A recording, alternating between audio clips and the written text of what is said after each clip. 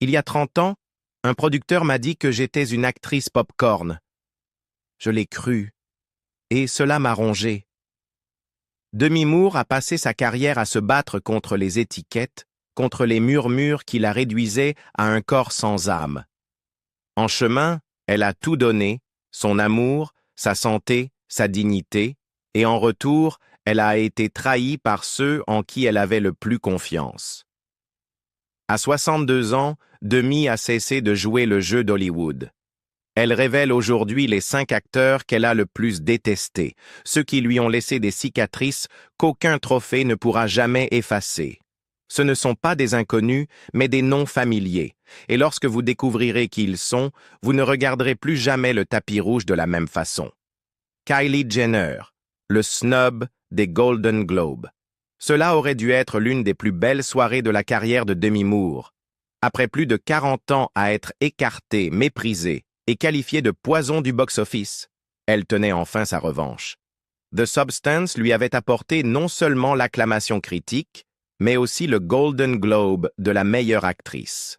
Et puis, une simple vidéo, quelques secondes à peine, a changé le récit. Kylie Jenner était assise à une table avec son compagnon, Timothée Chalamet, et l'actrice Elle Fanning. Demi, radieuse et visiblement émue, s'approcha du groupe.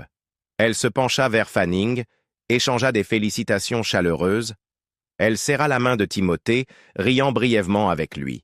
Puis elle se détourna et repartit. Kylie, assise à quelques centimètres, resta ignorée, sans un geste, sans un mot.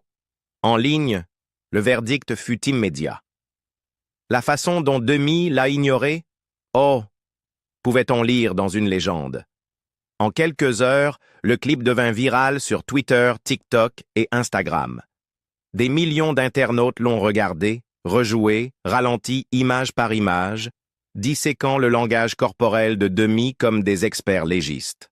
Du jour au lendemain, les gros titres ne parlaient plus de sa victoire tant attendue, mais de savoir si elle avait délibérément snobé la milliardaire de 27 ans, star de la télé-réalité. Sa fille Tallulah intervint rapidement, assurant que sa mère n'avait tout simplement pas vu Kylie. Elle posta sur Instagram « Il n'y a eu aucun snub de quelque sorte que ce soit. Si elle avait vu que Kaji voulait la féliciter, elle lui aurait donné du temps et de l'attention. » En coulisses, pourtant, les murmures racontaient autre chose. Demi Moore avait d'autres valeurs. Elle avait élevé 3 filles à Hollywood sous les projecteurs étouffants de la célébrité. Elle avait vu de ses propres yeux les dégâts causés par une vie vouée aux caméras, aux clics, aux likes. Pour Moore, Kylie Jenner n'était pas qu'une autre célébrité. Elle incarnait à la perfection tout ce que Hollywood avait de toxique. La jeunesse transformée en marchandise, les corps vendus comme des marques, la célébrité coupée de tout véritable talent. Et Demi portait ses propres cicatrices. Il y a 30 ans, un producteur m'a dit que j'étais une actrice pop-corn, confia-t-elle dans son discours des Golden Globes. Je l'ai cru. Et cela m'a rongé. Cette seule phrase l'avait hantée pendant des décennies, semant le doute sur sa valeur. Pour Moore, l'ascension de Kylie n'était pas une curiosité. C'était un déjà-vu. Kylie représentait une industrie qui valorisait le physique féminin au détriment du talent, la jeunesse au détriment de l'expérience, l'emballage au détriment de la substance, le même système qui avait failli la détruire. L'ironie, bien sûr, c'est que Kylie admirait Demi. En 2024, Jenner avait recréé l'affiche de striptease pour Halloween, posant nue, son corps couvert de bijoux argentés, mimant le rôle controversé de Demi en 1996.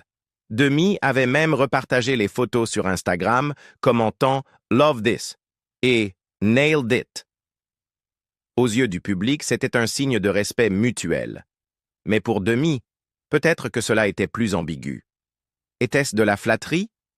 Ou bien une preuve supplémentaire que Hollywood recycle les femmes, transformant leurs rôles les plus vulnérables et controversés en déguisement pour quelqu'un de plus jeune, plus séduisant, plus bankable? Cet instant aux Golden Globes devint un test de perception. Pour les fans de Kylie, Demi paraissait jalouse, méprisante, aigrie. Pour les défenseurs de Demi, Kylie symbolisait la machine qui avait tenté de l'éjecter des années plus tôt, désormais encore plus clinquante et impitoyable. Ainsi, même si Demi n'a jamais prononcé un seul mot cruel à l'égard de Kylie Jenner, le symbole était impossible à ignorer. Parfois, la haine ne vise pas la personne en elle-même, mais ce qu'elle incarne. Pour Demi, Kylie n'était pas une ennemie. Elle était le reflet de tout ce contre quoi Moore s'était battu. L'effacement des femmes dès qu'elles dépassent 25 ans. Le culte de la jeunesse au détriment de l'expérience. L'arithmétique brutale d'Hollywood qui veut que les femmes expirent quand les hommes vieillissent en gravitas. Mikey Madison, celle qui lui a volé son Oscar. Début 2025, le grand retour de Demi Moore semblait accompli, du moins en apparence. The Substance avait bouleversé critiques et spectateurs. Oui, c'était un film de body horror, mais c'était aussi une parabole. L'histoire d'une femme vieillissante soumise à un système cruel qui exige la jeunesse éternelle à tout prix. L'industrie répondit avec ferveur. Elle balaya la saison des prix. Un Golden Globe en janvier, un Critics' Choice Award, puis un Screen Actors Guild Award, où elle pleura en recevant le vote de ses pairs, sa tribu, qui désignait sa performance comme la meilleure de l'année. Chaque trophée semblait un nouveau pilier dans l'arc de rédemption qu'elle attendait depuis si longtemps. Le récit était irrésistible. Après 40 ans de moquerie, de rôles clichés, de mise au rebut, Demi Moore allait enfin prendre sa place sur la scène du Dolby Theatre, un Oscar en main. Pour ses fans, c'était le destin. Pour les actrices plus âgées, une validation.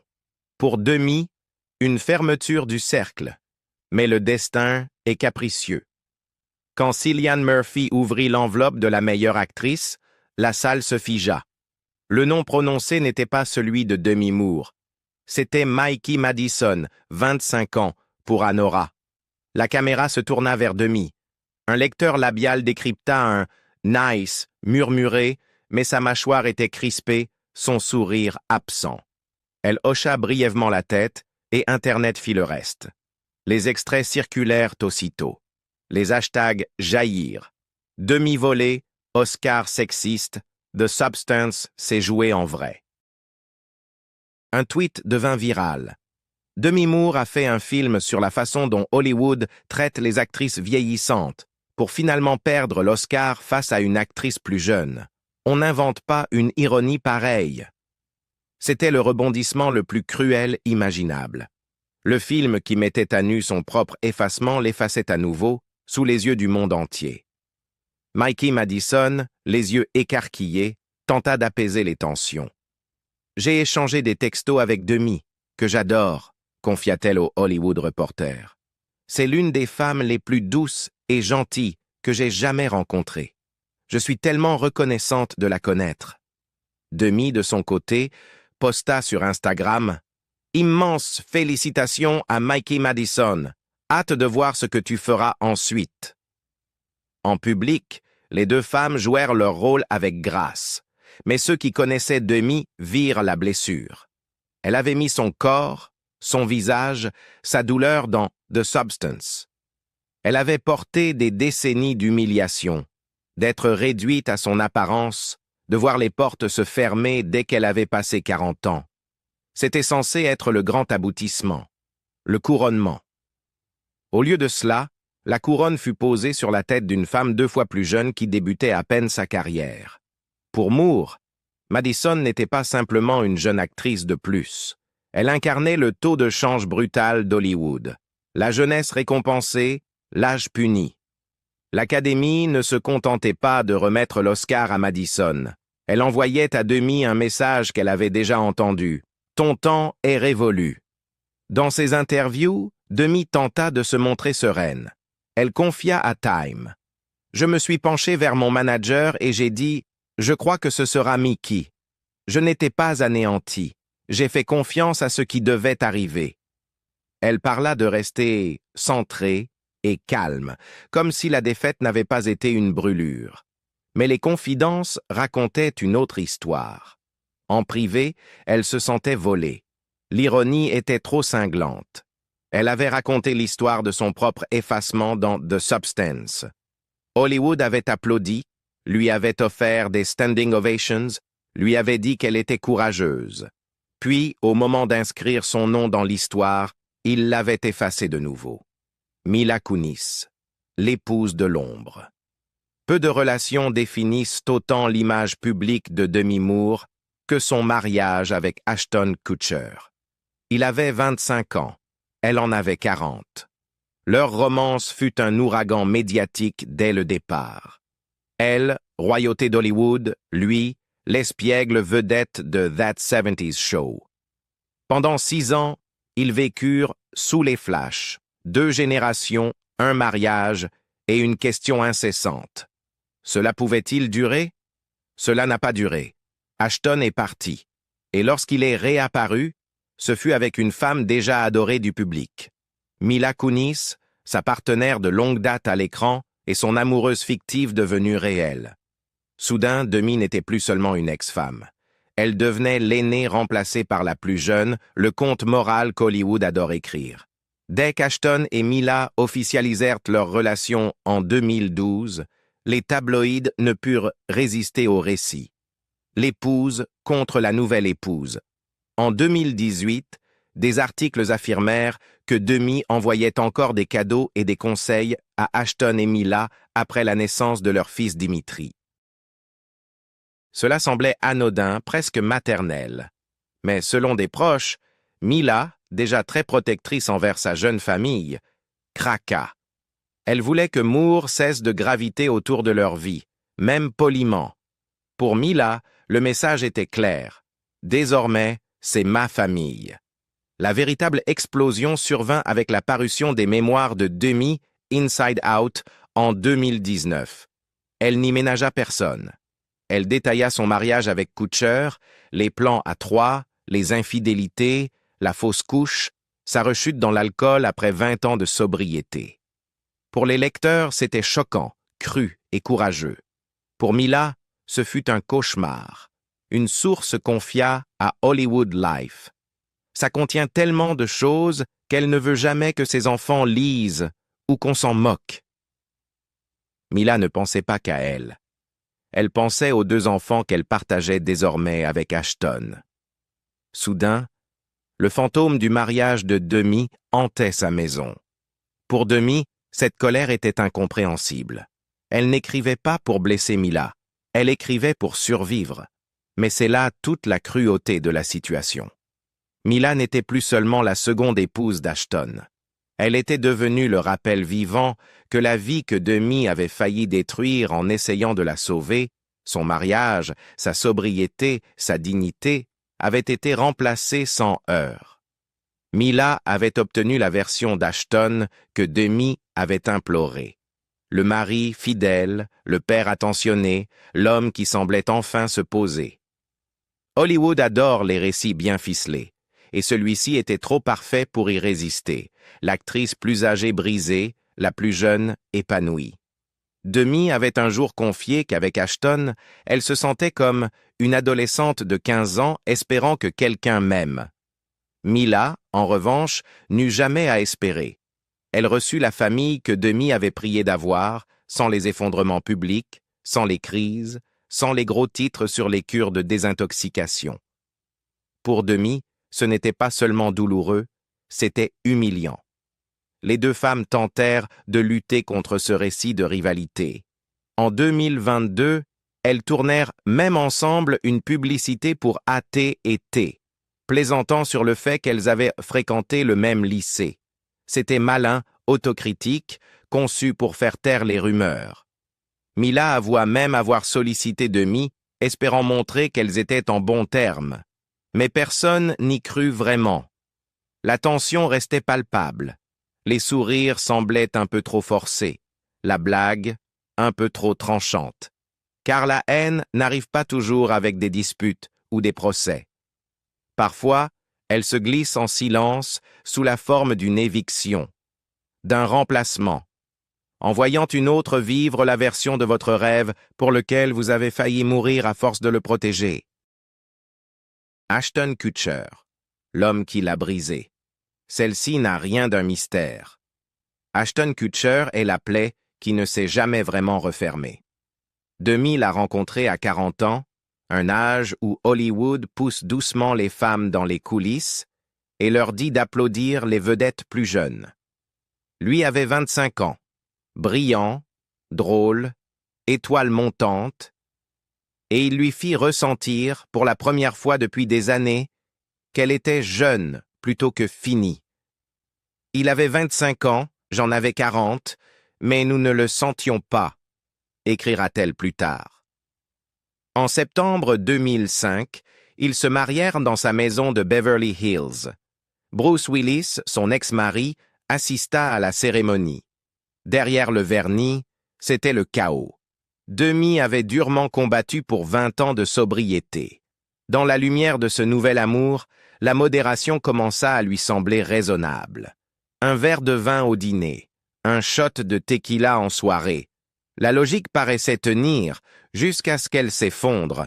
Elle décrira plus tard ce retour à l'alcool comme une porte qu'elle aurait voulu ne jamais rouvrir. Le mariage suivait des règles qui pliaient autour de l'appétit d'Ashton. Les plans à trois étaient présentés comme amusants, une aventure partagée, une façon d'être l'épouse cool, détachée. Mais une intimité offerte comme preuve de modernité devient vite un registre comptable, pas de l'amour. Les trahisons n'étaient pas des rumeurs chuchotées. Elles s'annonçaient à travers son téléphone. Une alerte Google, un titre de tabloïd, San Diego, une femme de 22 ans, puis une autre rumeur, puis une confession. « Tu te fous de moi ?» se souvient-elle avoir demandé à bout de souffle, comme si l'air avait été aspiré hors de la pièce. Il s'excusa. Le public passa à autre chose. Elle, jamais. Le corps garde les traces. Demi s'affama pour figer le temps, pour paraître assez jeune aux yeux d'un mari de 27 ans dont le regard était devenu un verdict. Elle s'entraîna jusqu'à l'épuisement. Elle tenta de retomber enceinte. Fivet, espoir, encore des aiguilles, encore de l'espoir. Mais la chambre du bébé resta vide. Elle avait déjà perdu un enfant à presque 6 mois de grossesse, une absence si bruyante qu'elle résonnait dans chaque pièce de sa maison. Elle s'en blâma, comme on l'enseigne aux femmes, si seulement j'avais été meilleure, plus saine, plus prudente, plus digne. Puis vint la nuit de la rupture. Une fête, de la marijuana synthétique, du protoxyde d'azote, une crise convulsive qui laissa ses filles regarder, impuissantes, leur mère se tordre au sol. En une fraction de seconde, le conte hollywoodien de la sirène éternelle s'évapora, ne laissant qu'une mère dont les enfants crurent assister à la mort. Elle décrira plus tard cela comme une expérience extracorporelle, se voir échouer, puis se battre pour revenir. En public, Ashton reprogramma sa réputation avec l'efficacité d'une start-up. Il demanda le divorce en 2012. Il fut finalisé en 2013. Il se réinventa en père de famille modèle. Épousa Mila Kunis, eut des enfants, bâtit un portefeuille d'investissement, fit le circuit des talk-shows, posa pour des portraits sérieux, raconta ses leçons apprises. Quand Demi publia ses mémoires en 2019, détaillant l'alcool, les plans à trois, les infidélités, la fausse couche, il admit qu'il était furieusement en colère de voir son passé ressurgir. Le pire n'était pas l'infidélité elle-même. Demi l'a dit simplement « Je ne déteste pas qu'il m'ait trompé. Je déteste avoir tout changé pour garder quelqu'un et quand même être parti comme si je n'avais jamais été assez bien. » Coralie Farjat, la réalisatrice qui est allée trop loin. La querelle la plus silencieuse. C'est ainsi que le journaliste Matthew Belloni l'a décrite. À la fin de la campagne de récompense pour The Substance, Demi Moore et la réalisatrice Coralie Farjat se parlaient à peine, voire plus du tout. Le silence résonnait comme un écho. Lors des Screen Actors Guild Awards, Moore remercia tout le monde, son casting, son équipe, ses filles, mais pas Farjat. Sur le tournage, les fissures avaient déjà commencé à apparaître. Farjat, salué pour son thriller féministe de Vengeance Revenge en 2017, avait bâti sa réputation sur le fait de repousser les limites. Mais repousser les limites se transforme facilement en repousser les gens.